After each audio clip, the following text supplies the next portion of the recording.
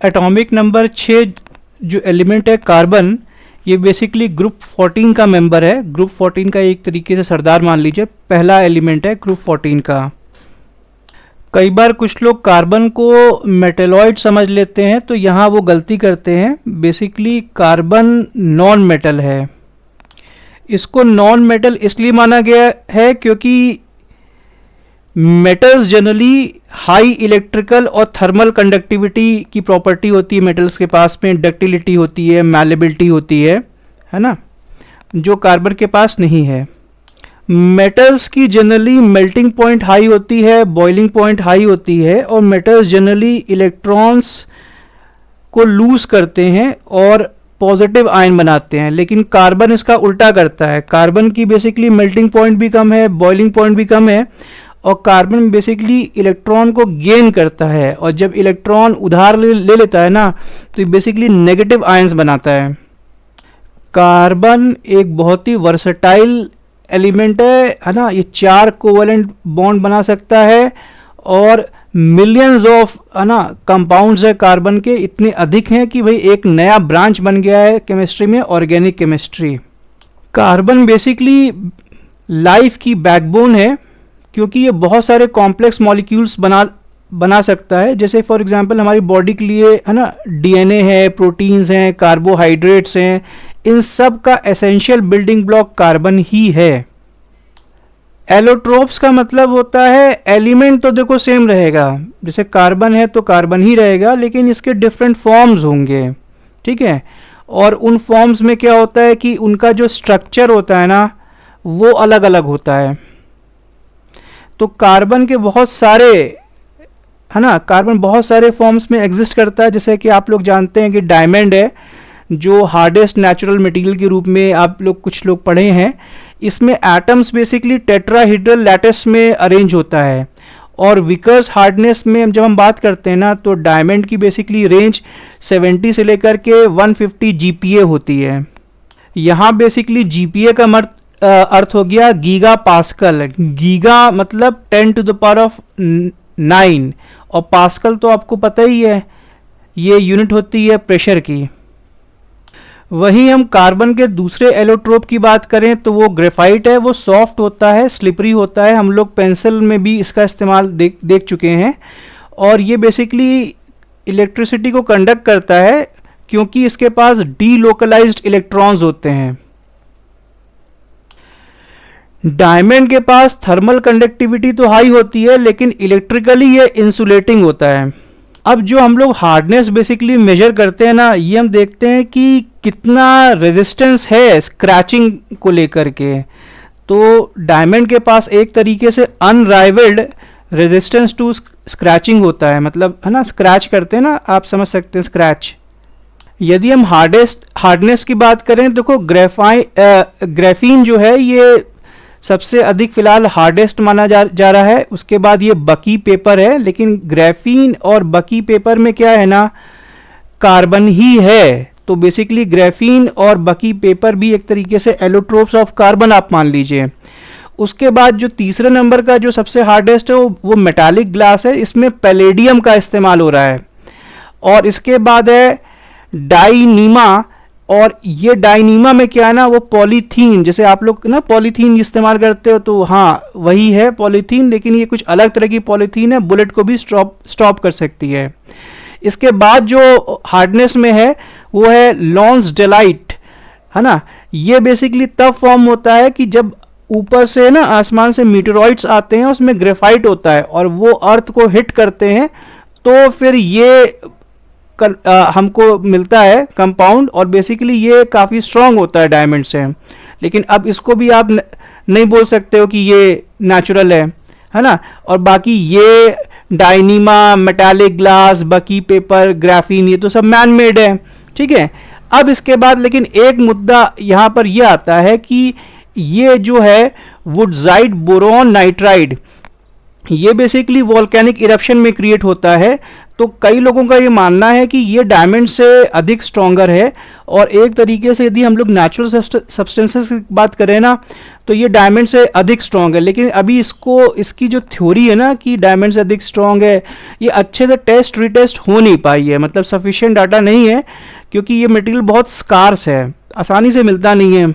Hardness में 7वें number पे diamond है। इसके बाद नैनोस्फीयर्स हैं या नैनो केवलार है, जिसमें हम लोग बॉडी आर्मर्स बनाते हैं। फिर सिलिकॉन कार्बाइड है ना, बैटल टैंक्स के आर्मर हम लोग बनाते हैं। और एक स्पाइडर सिल्क है ना, जो स्पाइडर जो घर में आप देखते हो ना, तो उसके जो फाइबर्स होते हैं वो काफ़ी स्ट्रांग होते हैं। आधे किलो से भी कम वजन का ना वो एक उसका थ्रेड जो स्ट्रैंड है, उससे पूरे अर्थ को आप इंसर्कल कर सकते हैं। और Kevlar basically bullet proof jackets में केवलार जो यूज़ होता है उससे 10 टाइम्स ज़्यादा स्ट्रांग होते हैं। तो आपको ये बात क्लियर हो गई है कि भाई जब हम लोग एलोट्रोप्स ऑफ कार्बन की बात करते हैं तो diamond is one example, graphite is another, third example could be bucky balls, another examples are carbon nano tubes and graphene. देखो भाई, ग्राफीन के बारे में हम बता चुके हैं कि भैया ये ताकत के मामले में, हार्डनेस के मामले में बहुत तगड़ा है, सुपर हीरो है। और इसका जो हम लोग स्ट्रक्चर जब देखते हैं ना, ये हनीकॉम्ब स्ट्रक्चर है। तो भाई हनीकॉम्ब स्ट्रक्चर के बारे में आप आसान शब्दों में समझ सकते हैं। मधुमक्खी का छत्ता देखिएगा, वो बेसिकली हनीकॉम्ब स्ट्रक्चर होता है। अब ग्राफीन के बारे में ये कहा गया कि बहुत ही थिन है ना, और ये बेसिकली स्ट्रॉन्गर देन स्टील होता है, और कॉपर से अच्छे तरीके से ना ये इलेक्ट्रिसिटी को कंडक्ट कर सकता है। अब आप लोग कहेंगे सर आप तो कह रहे थे कि भाई ये जो कार्बन है ये बेसिकली नॉन मेटल है, और नॉन मेटल क्यों है? क्योंकि भाई वो इलेक्ट्रिसिटी कंडक्ट नहीं करता है ना, थर्मल कंडक्टिविटी इसकी लो होती है। तो ये तो भाई है ना, ग्राफीन में हम देख रहे हैं, हम ग्रेफाइट में देख रहे हैं, हम डायमंड में देख रहे हैं। तो ये डेफिनेटली हम एग्री करते हैं कि ये कुछ जगह कुछ प्रॉपर्टीज हैं, लेकिन ये बहुत कम हिस्सा है कार्बन का, जो हम लोग ओवरऑल कार्बन को देखते हैं अर्थ में। ठीक है, कार्बन से रिलेटेड बेसिकली एक गैस है जिसको कार्बन डाइऑक्साइड कहते हैं। ये ग्रीन हाउस गैस है। और बेसिकली कार्बन एक तरह से हम लोग देखेंगे, कार्बन साइकिल है ना, ये कार्बन साइकिल क्लाइमेट रेगुलेशन में क्रिटिकल पार्ट है ना अदा करती है। एक इंटरनेशनल ट्रीटी है क्योटो प्रोटोकॉल, ये 1997 में जापान के क्योटो शहर में वर्ल्ड के कंट्रीज एग्री किए थे कि 6 ग्रीन हाउस गैसेस है ना, इनके प्रोडक्शन जो because of man anthropogenic cause की वजह से बढ़ रहा है एटमॉस्फेयर में, जिसकी वजह से ग्लोबल वार्मिंग हो रही है, इन 6 गैस के एमिशंस को हम लोग रोकेंगे। और बेसिकली ये जो 6 गैस हैं वो कार्बन डाइऑक्साइड है, फिर मीथेन है, ये बेसिकली हाइड्रोफ्लोरोकार्बन्स हैं। मतलब देखो एस लगा, बहुत सारे हैं, ठीक है। ऐसे ही ये पर फ्लोरोकार्बन्स है, पर फ्लोरोकार्बन्स मतलब कई सारे हैं इसके अंदर। फिर ये N2O बेसिकली आपकी नाइट्रस ऑक्साइड है, और ये बेसिकली SF6 ये आपकी सल्फर हेक्साफ्लोराइड है। अब देखो कार्बन डेटिंग में ना एक रेडियो एक्टिव कार्बन के आइसोटोप जिसको कार्बन 14 कहते हैं। देखो 14 का मतलब यहाँ पे ये हो गया, 14 यहाँ पर बेसिकली मास नंबर है। देखो कार्बन लिखा है ना, तो एटॉमिक नंबर 6 तो फिक्स हो ही गया, ये 14 मास नंबर है। जब 14 मास नंबर है और 6 एटॉमिक नंबर है, 6 एटॉमिक नंबर का मतलब हो गया नंबर ऑफ प्रोटॉन्स 6 हो गए, और मास नंबर 14 है, तो इसका मतलब नंबर ऑफ न्यूट्रॉन्स कितने हो जाएंगे, 14 - 6 = 8। तो एक नॉर्मल कार्बन एटम जो होता है ना वो C12 होता है। तो बेसिकली C12 में हम लोग जानते हैं, देखो इसमें एटॉमिक नंबर जो है वो तो 6 फिक्स रहेगा ही कार्बन में, ठीक है। तो नंबर ऑफ प्रोटॉन्स तो वही रहेंगे जो है ना एलिमेंट के साथ में जो जुड़े रहते हैं। अब नंबर ऑफ न्यूट्रॉन्स बेसिकली ये वेरी करेंगे यहाँ पर, ठीक है। तो ये यहाँ पर जब 12 मास नंबर है तो 12 में से 6 माइनस करोगे तो नंबर ऑफ न्यूट्रॉन्स इसमें 6 हैं, और ये जो C14 आइसोटोप है कार्बन का, उसमें 14 में से 6 माइनस करोगे तो ये 8 न्यूट्रॉन्स इसमें आ जाएंगे। आइसोटोप्स का मतलब क्या हो गया कि भाई एटॉमिक नंबर तो सेम है, इसका मतलब नंबर ऑफ प्रोटॉन सेम है, लेकिन नंबर ऑफ न्यूट्रॉन्स अलग अलग होंगे, मींस मास नंबर उनका अलग होगा। कहने का मतलब है एलिमेंट तो वही रहेगा लेकिन उसका मास नंबर अलग होगा, ठीक है। ये आइसोटोप का मतलब हो गया। तो जब हम लोग कार्बन 14 को हम लोग यूज़ करते हैं ना, जैसे कि हम लोग आर्कियोलॉजिकल या जियोलॉजिकल सैंपल्स की एज फाइंड करने के लिए, भाई कितना पुराना है कैसे है, तो इसकी जो लिमिट है ना वो 50,000 साल है।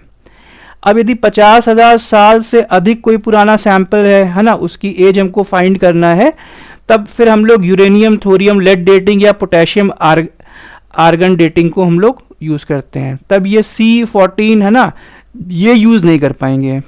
तो इस केस में जो रेडियोमेट्रिक डेटिंग मेथड्स हम लोग यूज़ कर रहे हैं ना, इसमें ये जैसे यूरेनियम है, थोरियम है, लेड है, पोटेशियम आर्गन है, इन सब में क्या होता है ना, इनकी जो हाफ लाइफ है ना वो कार्बन 14 से अधिक होती है। अब भैया कार्बन के बारे में तो जानते हैं, सदियों से ये एक तरीके से फ्यूल की तरह इसका है ना हम लोग इस्तेमाल कर रहे हैं, जैसे कि कोल है, ऑयल है, नेचुरल गैस है। अब ये तो फ़ायदा है कि भैया ये कार्बन बेस्ड फ्यूल हम लोग यूज़ कर रहे हैं, कोयले से आग जला रहे हैं, है ना, ऑयल हम लोग यूज़ कर रहे हैं, नेचुरल गैस का यूज़ कर रहे हैं, लेकिन साथ ही साथ इसकी वजह से क्या है ना, पॉल्यूशन बहुत बढ़ गया है और क्लाइमेट चेंज हो रहा है। जैसे कि अब बहुत गर्मी पड़ने लग गई है, बहुत कहीं जगह ठंड पड़ रही है, बेमौसम बरसात हो रही है ना, तो इस प्रकार से क्लाइमेट चेंज हो रहा है।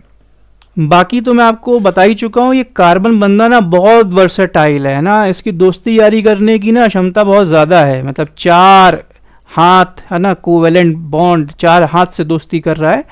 तो यदि और कोई एलिमेंट्स को जब आप देखोगे ना, तो उनके कंपैरिजन में ना ये सबसे अधिक कंपाउंड्स बनाता है, ठीक है। तो इसीलिए इतने सारे कंपाउंड्स बनाते हैं ना, मिलियंस ऑफ कंपाउंड। 1 मिलियन मतलब 10 लाख, मतलब ये केवल 1 मिलियन नहीं है ना। तो अभी कितने बनेंगे आगे गॉड नोस, है ना। 10 लाख तो बहुत छोटा अमाउंट है, 20 लाख, 30 लाख, 50 लाख।